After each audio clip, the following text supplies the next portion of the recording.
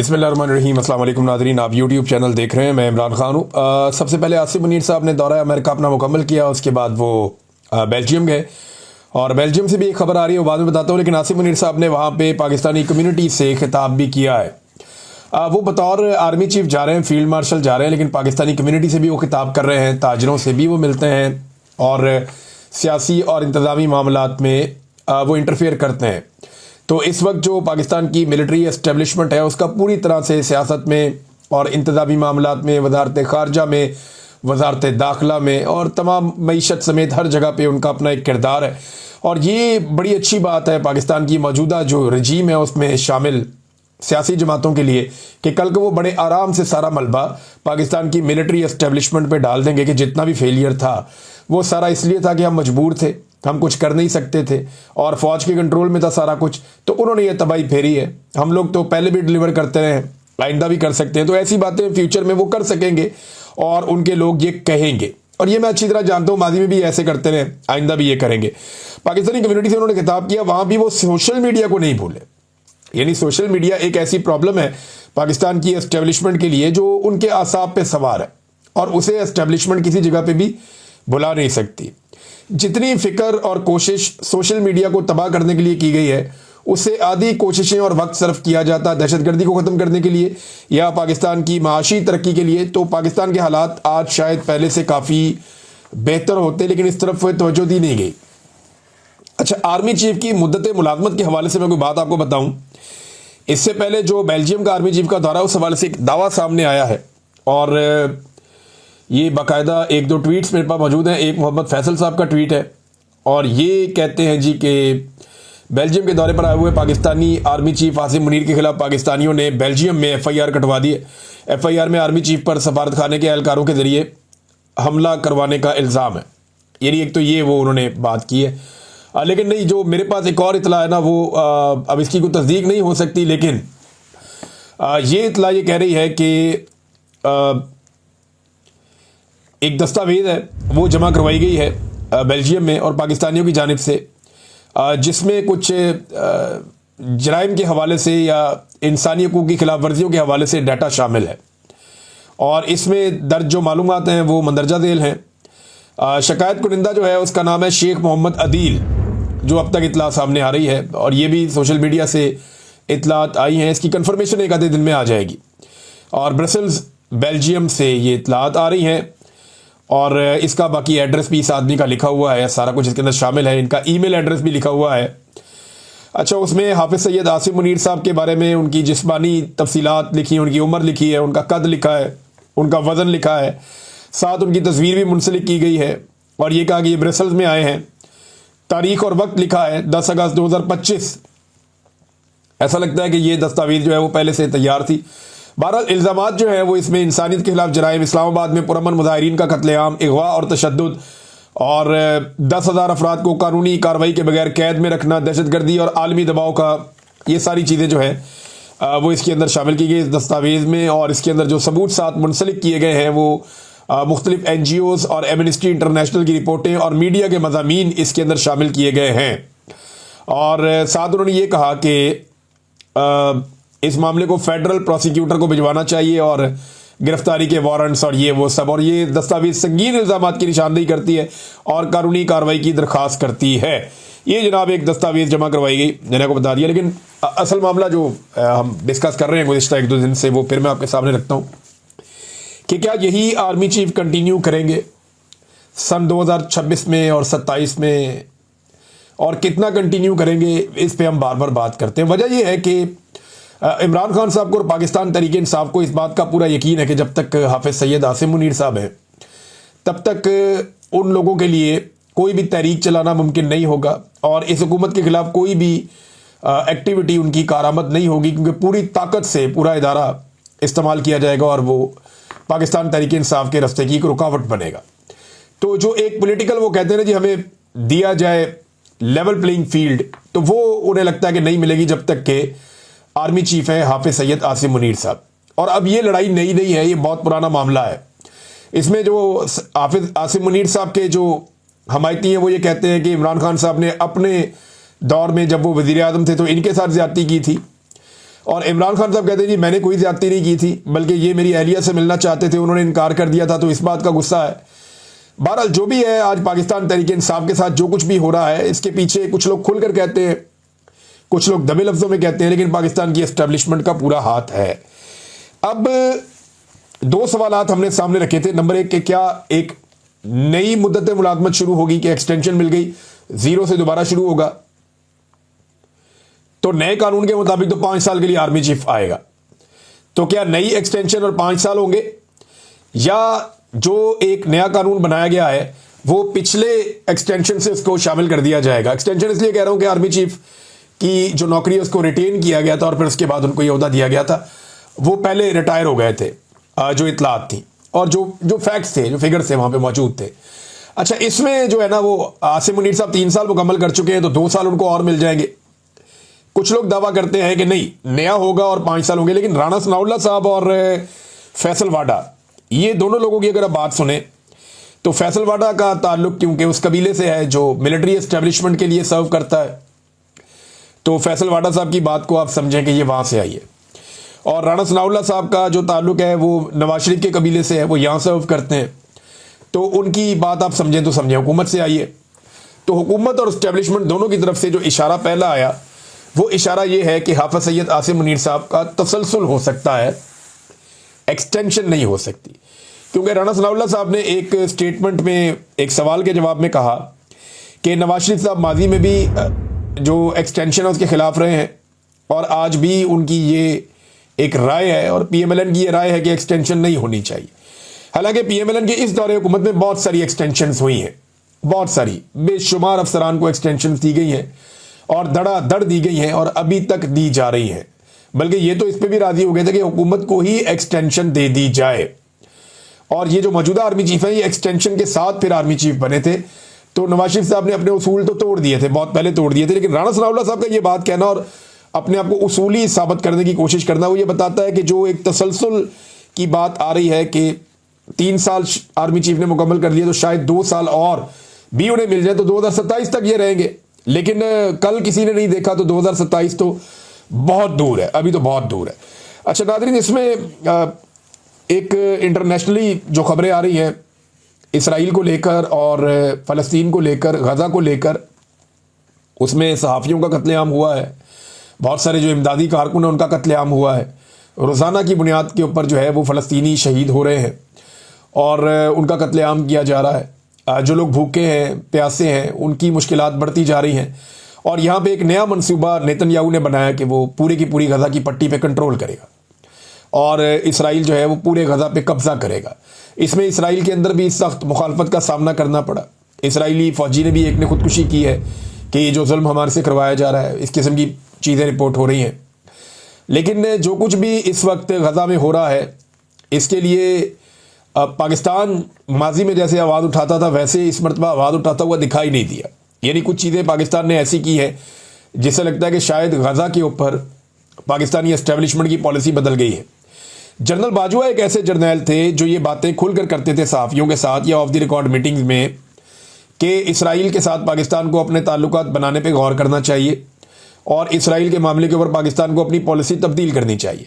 हमने ये देखा कि मिलिट्री एस्टेब्लिशमेंट के ज़ेरे साया पलने वाली जितनी भी मजहबी सियासी जमातें हैं, वो भी अब इसराइल और गज़ा के मामले पर उस तरह खड़े नहीं होते जिस तरह माजी में होते थे।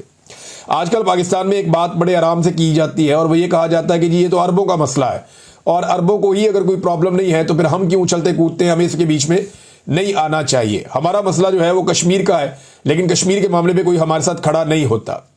तो ये इसको मुसलमानियत से या इस्लाम से हटाकर या मज़हब की बुनियाद से हटाकर इसको एक इलाकाई लड़ाई के तौर पे अब देखा जा रहा है। और कुछ लोग मशवरे दे रहे हैं कि जी इसराइल को तस्लीम कर लिया जाए। अब कुछ चीज़ें ऐसी हुई है पाकिस्तान में मौजूदा रजीम के दौरान कि वो इशारा कर रही हैं कि पाकिस्तान की सोच क्या है। यानी मेरे पास यहाँ पे एक खबर है, अगर आप ये मंजर भी देखें तो आपको नज़र आ जाएगा, ये ट्विटर में आपको नज़र आएगा कि इसराइल के अंदर एक बहुत बड़ा एहतजाज हुआ। यानी इसराइल में एहतजाज हो रहा है गज़ा के ऊपर मुकम्मल तौर पे कब्ज़ा करने के हवाले से। इसराइल के अंदर एहतजाज हो रहा है और वहाँ पे 1 लाख के करीब लोग इसराइल में निकले और निकलकर उन्होंने एहतजाज किया। नेतन्याहू के मंसूबे के खिलाफ इसराइल में भी एहतजाज, 1 लाख से जायद अफराद का मुजाहरा, ये एक्सप्रेस न्यूज ने खबर छापी है। और ये मनाजिर जो है वो इसराइल से आ रहे हैं, यानी इसराइल के खिलाफ इसराइल में मुजाहरा हो सकता है, लेकिन इसराइल के खिलाफ पाकिस्तान में मुजाहरा नहीं हो पा रहा। गजा के लिए उठने वाली हर आवाज को पाकिस्तान में खामोश करवा दिया गया। एक वफद भी इसराइल में भेजा गया और उस हवाले से बाद में किसी ने जिम्मेदारी भी कबूल नहीं की और कोई पीछे भी नहीं हट रहा, और वो लोग प्रोटोकॉल भी इंजॉय कर रहे हैं, अपने इंजॉय भी कर रहे हैं। साथ ही साथ पीएसएल के मैचेस में फलस्तीन का झंडा जो लोग लेकर गए स्टेडियम में, उनसे फलस्तीन का झंडा छीन लिया गया पंजाब पुलिस की जानिब से, क्योंकि पाकिस्तान में ये पॉलिसी नहीं है कि आप फलस्तीन का झंडा उठाएं। हालांकि दुनिया भर के खेल के मैदानों में, चाहे फुटबॉल हो चाहे दीगर गेम्स हों, लोग फलस्तीन का झंडा उठाते हैं। इवन खिलाड़ी भी ये करते हैं कि फलस्तीन का झंडा हाथ में पकड़ लेते हैं उस जुल्म और बर्बरियत के खिलाफ जो वहां पे हो रहा है, क्योंकि खेल और खिलाड़ी जो हैं ये अमन के सफीर होते हैं। लिहाजा जुल्म और बर्बरियत के खिलाफ ये प्लेटफॉर्म हमेशा से इस्तेमाल किए जाते हैं, लेकिन पाकिस्तान में इसकी भी इजाजत नहीं दी गई। सेनेटर मुश्ताक को, उनकी बीवी बच्चों को घसीटा गया, खवातीन को गिरफ्तार किया गया, नौजवानों को गिरफ्तार किया गया। बार बार पुलिस ने बड़ा ब्रूटल टॉर्चर किया जो लोग इसराइल के खिलाफ एहतजाज के लिए निकले, बल्कि 2 नौजवानों पे एक रात गाड़ी चढ़ा दी गई और उस मामले का भी आज तक कुछ पता नहीं चला कि क्या हुआ। और इसके अलावा जो एक अमेरिकी जनरल कुरेला है जिन्होंने इसराइल को सबसे ज़्यादा सपोर्ट किया और जिन्होंने हर जगह इसराइल की, चाहे वो गजा के मामले में हो, पूरी हमायत की, पूरी मदद की, चाहे वो ईरान के मामले में हो, वहाँ पे भी पूरी हमायत की, पूरी मदद की, उससे जनरल कुरेला को पाकिस्तान में सदारती अवार्ड से नवाज दिया गया। ये भी बताता है कि पाकिस्तान की पॉलिसी शिफ्ट हो रही है, तब्दील हो रही है। डोनाल्ड ट्रंप जिन्होंने अब्राहम अकॉर्ड के लिए पूरा जोर लगाया हुआ है और वो गजा के बदतरीन मसाइल को जानते हैं, उन्होंने खुद कई मरतबा कहा कि वहाँ हालात बहुत ख़राब है, लेकिन इसके बावजूद डोनाल्ड ट्रंप इसराइल या नेतन्याहू की हमायत में खड़े हैं। अब उन्हें पाकिस्तान कहता है कि जी अमन का नोबेल इनाम उनको दिया जाए, तो ये भी एक चीज़ है। अब थोड़े अरसे बाद ख्वाजा आसिफ एक स्टेटमेंट ज़रूर दे देते हैं, बड़ा हसास किस्म का, इसराइल और फ़लस्तीन के और गजा के मामलात को लेकर, लेकिन खुद उन्होंने पाकिस्तान में ना तो कभी एहतजाज किया, ना कभी आवाज़ उठाई, ना किसी और जमात को एहतजाज करने दिया और ना किसी और जमात को आवाज़ उठाने दी। वो कहते हैं जी गजा पर इसराइल के कब्जे के मंसूबे पर आलम इस्लाम क्या करता है, मजम्मत पर इत्तफा किया जाए, ज़बानी कलामी गुजारा किया जाए या अमली इकदाम उठाए जाएंगे। अच्छा, सवालात तो ऐसे पूछ रहे, खुद वज़ीर दिफा हैं, भैया आप अपनी हिकमत अमली बताएं कि आप क्या करेंगे। आपके पास मुस्लिम दुनिया की सबसे बड़ी और ताकतवर फौज है, तो आप बताएं ना कि आपने इसके ऊपर क्या हिकमत अमली बनाई है और आप इस पर क्या करना चाहते हैं। तो आप दुनिया की तरफ देख रहे होते हैं कि गैर मुस्लिम ममालिक में करोड़ों लोग सरापा एहतजाज हैं।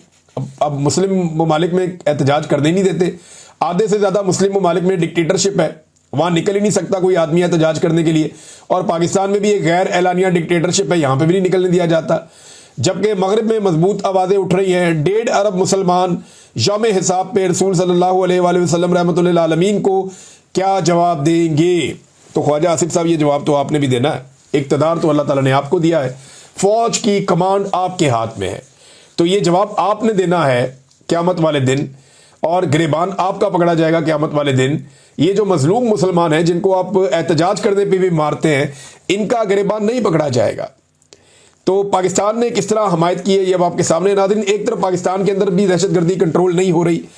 मोहसिन नकवी ने कहा था कि SHO की मार है दहशतगर्द, तो दहशतगर्दों के डर से हुकूमत पाकिस्तान ने, ये वो दहशतगर्द हैं जो एक SHO की मार थे, उन दहशतगर्दों के डर से हुकूमत पाकिस्तान ने 14 अगस्त तक के लिए बलूचिस्तान में ट्रेनों की आमदोरफ्त पर पाबंदी लगा दी है। यानी ट्रेनें ही बंद कर दी कि दहशतगर्द, आप ट्रेन को प्रोटेक्ट नहीं कर सकते। यानी एक ट्रैक के ऊपर एक ट्रेन जाती है, हुकूमत पाकिस्तान ने हाथ खड़े किए कि ये जो ट्रेन ट्रैक के ऊपर जा रही है हम इसको प्रोटेक्ट नहीं कर सकते, इसकी हिफाजत की जिम्मेदारी हुकूमत नहीं ले रही। और इतनी सिक्योरिटी फोर्सेज हैं पाकिस्तान में, आप अंदाज़ा करें कि हमारे पास जो स्ट्रेंथ है वो 12 लाख से ज़्यादा पुलिस और दूसरी फोर्सेज और फौज वगैरह ये सब मिला के लगभग 10-12 लाख है। इतनी बड़ी स्ट्रेंथ पाकिस्तान के पास है फोर्सेज की, लेकिन इसके बावजूद पाकिस्तान जैसा एटमी पावर मुल्क चंद मुट्ठी भर दहशतगर्दों से ऐसा खौफजदा है कि ट्रेनों की आमदरफ्त ही पाकिस्तान ने बंद कर दी, और दावे इनके इतने बड़े बड़े हैं कि जनाब हम ये कर देंगे वो कर देंगे। तो मोहसिन नकवी साहब को सोचना चाहिए, बल्कि एक और मसले में फंस गए मोहसिन नकवी साहब, और ये इस्लामाबाद में एक मस्जिद से रिलेटेड इशू है। वहाँ पे मसाजिद कुछ बहुत सारी बनी हुई है जो ग्रीन बेल्ट पे या रस्तों पे बनी हुई है या कब्जे की ज़मीनों के ऊपर बनी हुई है, और हुकूमत के बकौल ये है कि ये ज़मीनें जो है ये सरकार की हैं और इनके ऊपर कब्जा करके मसाजिद बनाई गई हैं। एक तो कब्जे की ज़मीन के ऊपर मस्जिद कैसे बन सकती है, बननी ही नहीं चाहिए, और जब उसकी बुनियादें रखी जा रही थी तो उस वक्त मना करना चाहिए था कि ये मसाजिद यहाँ पे कब्जे की ज़मीनों के ऊपर ना बनाई जाएं, ये सरकार की ज़मीन है या किसी और मकसद के लिए रखी गई है। तो ये तो कभी भी मेरे ख्याल में मुनासिब नहीं है कि किसी ज़मीन के ऊपर या किसी की भी ज़मीन के ऊपर या सरकार की ज़मीन के ऊपर बगैर परमिशन के आप मस्जिद तामीर करें, मेरे ख्याल में नामुनासिब होगा। लेकिन मुझे हैरत इस बात पे होती है कि रातों रात इन्होंने मस्जिद भी गिरा दी, वहाँ पे वो उसका जो मलिका सारी वो जगह है वो साफ़ कर दी और वहाँ पे कोई दरख्त वरख्त भी लगा दिए कुछ एरिया में। कुछ लोग कहते हैं मस्जिद वहीं पे और मदरसे वाला जो बिल्डिंग का एरिया था वो सारा गिरा दिया गया है। अब वहाँ पे मौलवी इकट्ठे हो गए, उन्होंने कुरान पाक के नुस्खे हाथ में पकड़े हुए थे और उन्होंने कहा जी कि ये जब शहीद किया गया है उस बिल्डिंग को तो वहाँ पे ये कुरान पाक के नुस्खे भी शहीद हुए हैं, और इस पर वो बहुत गुस्से में थे। उन्होंने कहा जी मोहसिन नकवी इस्तीफ़ा दे, हम उसको नहीं छोड़ेंगे। ये ज़्यादा जो रोला पड़ा है ये जमीयत उलमा इस्लाम के, क्योंकि मौलवी उससे मुंसलिक थे तो उन्होंने ये बात की है, इस बात को ज़्यादा उठाया है। अब देखते हैं इसका हल क्या निकलता है, लेकिन उन्होंने रातों रात दोबारा बुनियाद रखी। उन्होंने कहा जी हम दोबारा यहाँ पे तामीर करेंगे, यहाँ पे हम मस्जिद बनाएंगे। अब मामला ये है कि अगर कब्जा छुड़वाना ही है, देखिए जहाँ मैं ये कह रहा हूँ ना कि आप गैर कानूनी तौर पे जगह पे आप मस्जिद तामीर ना करें, ये मुनासिब नहीं है। मेरे ख्याल में हमारा मजहब और हमारा इखलाकियात इसकी इजाज़त नहीं देता। लेकिन सेम टाइम में मैं ये भी कह रहा हूँ कि ये मौजूदा हुकूमत को भी होश के नाखून लेने चाहिए। ये मामला बातचीत से कर लेते, लेकिन चले इसको भी छोड़े। ये जो नदी नालों के ऊपर, पानी के रस्तों के ऊपर पूरी पूरी सोसाइटियां बन गई हैं, ये आपको नजर नहीं आती? जो बड़े बड़े लैंड माफियाज ने और बड़े बड़े सरमायादारों ने जमीनों पर कब्जे करके प्लॉटिंग करके बेच दिया है, वो कब्जे आपको नजर नहीं आते? जो डीएचए जैसी एक सोसाइटी जिसके ऊपर पाकिस्तान की मिलिट्री एस्टेब्लिशमेंट का हाथ है, वो जमीनें जैसे लोगों से लेती है, वो आपको नजर नहीं आता। यानी इंतजामिया को सिर्फ मस्जिद नजर आई है कब्जे के नाम के ऊपर और बेशुमार चीजें वो नजर नहीं आई। मैं क्लियरली कह रहा हूं कि जो काम यहां हुआ वो भी ठीक नहीं था, लेकिन ये हुकूमत को होश के नाखून लेने चाहिए कि पानी के रस्तों के ऊपर, नदी नालों के ऊपर पूरे पूरे प्लाजे और इमारतें तामीर कर दी गई हैं, उसके ऊपर ये नहीं जागे, उसके ऊपर इनको होश नहीं आया। और वहां पे जो इलीगल कंस्ट्रक्शन हुई और जो बांधे गए, उनकी वजह से पूरे के पूरे शहर डूब रहे हैं। जब भी बारिशें होती है हर तरफ जो है वो शहर डूबना शुरू हो जाते हैं, और हर साल अब ये होता है। तो वहां पे जाके मसमार करें, उन बंदों को तोड़ें, उन सोसाइटियों से वो जगह खाली करवाएं, और वहां पे जो नदी और नालों के सदियों पुराने रास्ते हैं उनको बहाल करें, ताकि शहरों के अंदर जो है वो सैलाब जैसी सूरत हाल पैदा ना हो। अब इसके ऊपर तवज्जो देनी चाहिए, लेकिन कौन दे इसके ऊपर तवज्जो? नाज़रीन, ये एक और मैंने आपको कहा था, याद होगा आपको 2024 में जब इलेक्शन हुए थे फरवरी में, उसके फौरन बाद मुझे गिरफ्तार कर लिया गया था और मुझे गिरफ्तार करके इन्होंने जेल भेज दिया। जब मैं वापस आया तो हुकूमतें सारी बन चुकी थी, लेकिन इलेक्शन अल्हम्दुलिल्लाह मैंने रिपोर्ट किया और पूरा रिपोर्ट किया था। अब हुआ ये कि मैंने उस वक्त एक जुमला बोला था जब मैं कैदियों वाली वैन में था। मैंने कहा था कि ये एक जाली हुकूमत इनको बनाकर दी गई है और ये सीरियस ही हो गए कि ये इनकी हुकूमत है। यानी एक तो हुकूमत जाली है, जाली फार्म 47 के ऊपर बनाई गई है, और जिनको ये हुकूमत भीख में दी गई है वो सीरियस हो गए हैं कि वो इलेक्शन जीत के हुकूमत बनाकर आ गए हैं। तो वाकई वो अब सीरियस हो गए हैं और अब उन्हें यह लगना शुरू हो गया है कि वो एस्टेब्लिशमेंट की मदद से नहीं आए, वो ब्यूरोक्रेसी की मदद से नहीं आए, आरओज ने जाली फार्म 47 जारी नहीं किए, बल्कि उन्हें अब यह लगता है कि वो उनका हक था जो उनको मिला है। ये अंदाजा करें आप। अब वो ब्यूरोक्रेसी जिन्होंने अपना मुंह काला किया जाली फार्म 47 जारी कर करके, वो भी गिरफ्त में आ रहे हैं और उन्होंने उनके खिलाफ भी कार्रवाई शुरू कर दी। कल को ये एस्टेब्लिशमेंट के खिलाफ भी करेंगे, इनको ये आदत है और एक दिन इनका रवैया यही होगा। और अगली बार इलेक्शन में मुझे ऐसा लगता है कि शायद ब्यूरोक्रेसी को इस्तेमाल ना किया जाए। हो सकता है कि अगली मरतबा इलेक्शन में ब्यूरोक्रेसी की बजाय अदलिया को इस्तेमाल कर लिया जाए। जिस तरह से अदलिया को कंट्रोल कर लिया गया है, तो बड़े पैमाने पर अदलिया को भी इस्तेमाल किया जा सकता है। एस्टेब्लिशमेंट भी कर सकती है, मौजूदा हुकूमत भी कर सकती है। और उसका रीजन पता है क्या है कि जब भी पाकिस्तान में फ्री एंड फेयर इलेक्शन होगा ना, तो एस्टेब्लिशमेंट को बदतरीन शिकस्त हो जाएगी। एस्टेब्लिशमेंट के बाद दो रास्ते बचे, या तो वो इस गंदे खेल को बंद कर दे और इसमें से बाहर निकल जाए और वो कहे जी हमारा कोई किरदार नहीं है, हम बाहर चले जाते हैं, तो फ्री एंड फेयर इलेक्शन हो जाए, तो वो उनको शिकस्त से ऐसे बच सकते हैं। अदरवाइज वो जब भी कभी इंटरफेयर करने के लिए आएंगे तो अवाम उनके खिलाफ जाएगी, वो जिसको भी सपोर्ट करेंगे अवाम उसके खिलाफ खड़ी हो जाएगी। नाज़रीन, कल के दिन में इमरान खान साहब की जमानतें लगी हुई हैं सुप्रीम कोर्ट ऑफ पाकिस्तान में, मुख्तलिफ केसेस की अपीलें वहाँ पे सुप्रीम कोर्ट में गई थी। देखते हैं वहाँ पे क्या होता है। आज एक किताब है the war that change everything. ये किताब आज जो है एक ऐसी जंग जिसने सब कुछ तब्दील कर दिया।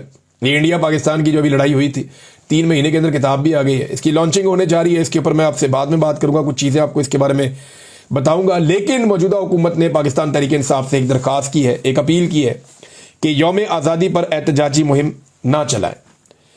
यानी वो ये कहते हैं कि आगे पीछे आप करें, लेकिन आप यौम आज़ादी पे आप एहतजाजी मुहिम ना चलाएं।